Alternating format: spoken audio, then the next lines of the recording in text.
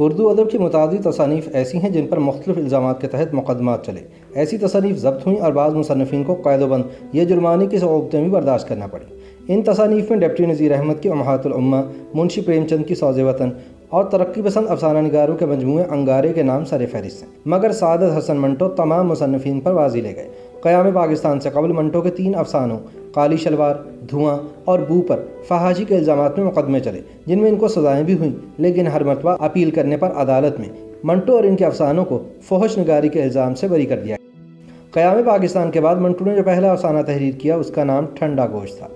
منٹو کا شہرہ آفاق افسانہ لاہور کے ادبی ماہنامہ جاوید کی مارچ سن 1949 کی اشاعت میں شائع ہوا۔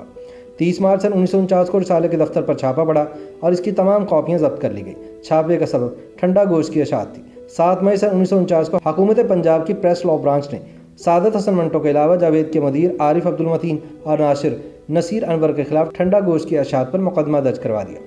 منٹو نے ٹھنڈا گوشت پر چلنے والے کیس کی مکمل رودات اسی نام سے چھپنے والے افسانوی مجموعے کے پیش لفظ میں زحمت مہر درخشاں کے نام سے تحریر کی ہے۔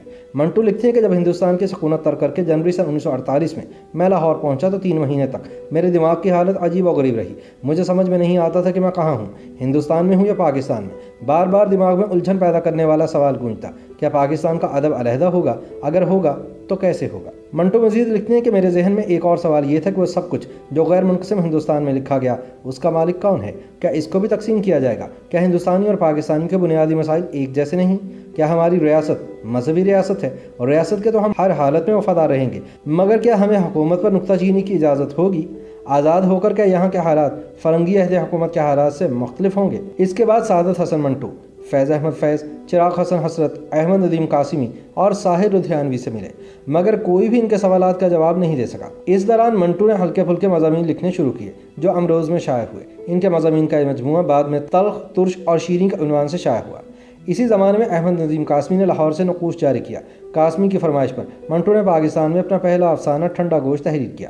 منٹو لکھتے ہیں کہ قاسمی صاحب نے یہ افسانہ میرے سامنے پڑھا۔ افسانہ ختم کرنے کے بعد انہوں نے مجھ سے معذرت بھرے لہجے میں کہا، منٹو صاحب معاف کیجیے، افسانہ بہت اچھا ہے لیکن نقوش کے لیے بہت گرم ہے۔ چند دن کے بعد قاسمی صاحب کی فرمائش پر منٹو نے ایک اور افسانہ لکھا جس کا عنوان تھا کھول دو۔ یہ افسانہ نقوش میں شائع ہوا، مگر اس کی پاداش میں حکومت نے نقوش کی اشاعت 6 مہینے کے لیے معطل کر دی۔ اخبارات میں حکومت کے اس اقدام کے خلاف احتجاج ہوا، مگر حکومتی حکم اپنی جگہ برقرار رہا۔ جگدیش چندر اپنی کتاب منٹو نامہ میں لکھتے ہیں کہ احمد ندیم قاسمی کی معذرت کے بعد منٹو نے ٹھنڈا گوشت ادب لطیف کے مدیر چودھری برکت علی کو دے دیا، مگر یہ افسانہ اس رسالے میں بھی شائع نہ ہو سکا۔ اس کے بعد منٹو نے یہ افسانہ ممتاز شیروں کو روانہ کیا، مگر انہوں نے بھی اسے پسند کرنے کے باوجود چھاپنے سے معذرت کر لی۔ ممتاز شیریں کے بعد عارف عبدالمتین نے اپنے رسالے جاوید کے لیے منٹو سے ٹھنڈا گوشت بہت اصرار سے مانگا۔